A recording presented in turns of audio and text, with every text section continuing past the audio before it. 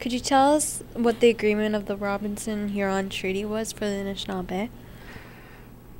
Well, originally the Robinson-Huron Treaty was in 1850. I just talked about it. So 1849, we went up, we bored that cannon, we shut down that mine.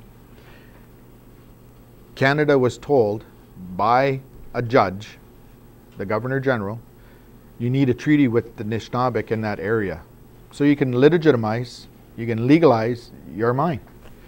So the treaty, there wouldn't have been a Robinson-Huron or Robinson-Superior Treaty if it wasn't for the Mica Bay incident.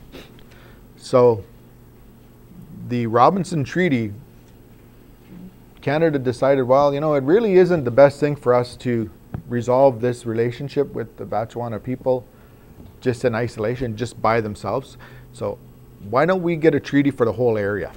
So that's what they did. They decided to do a treaty from Thunder Bay to Parry Sound over to North Bay and all of that land from Thunder Bay all around this side of the Great Lakes. That was what was included in the Robinson Treaty.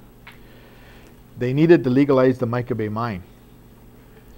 So we went to the treaty, we did lots of ceremony before treaty. We got to the treaty and they wanted us to give up everything. And our chiefs and our leaders, principal people said, no, we know what you're doing and we're not going to be ripped off. You're not going to rip us off. And as a matter of fact, we want to have an annuity. We want to have a sum of money paid to us every year. And we know you can do it because you and the American government are already doing this. You're doing it in the United States. We know you provide treaty money in the States, so we want an annuity based on the value of whatever you sell. So we said we will not sign that treaty. We want at least this amount of money.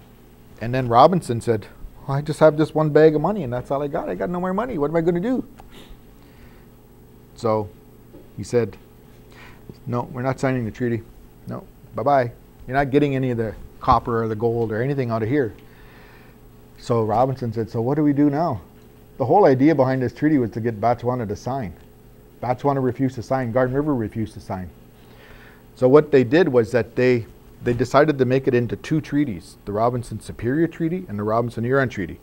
And they made the Superior Treaty line down south of the Mica Bay area, and they got the chiefs in that area to sign that treaty and move Batchewana and Garden River over to the Huron Treaty.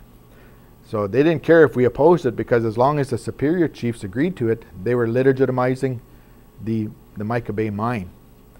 So that's the way the Superior Chiefs actually signed off on the Superior Treaty, legitimizing the Mica Bay mine, and Batchewana was left in the Huron Treaty with Garden River. So we were pretty upset about that. And we said, we're not signing any treaty. We're not signing any Huron Treaty either.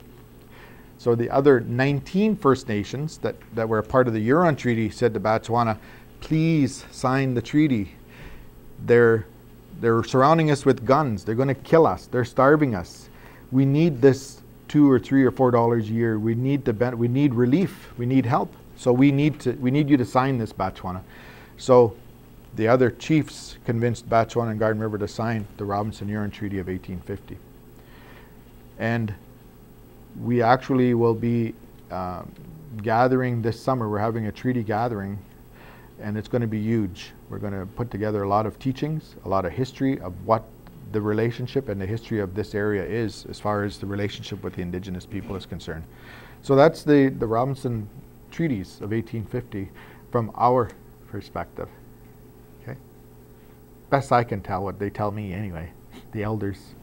Yeah.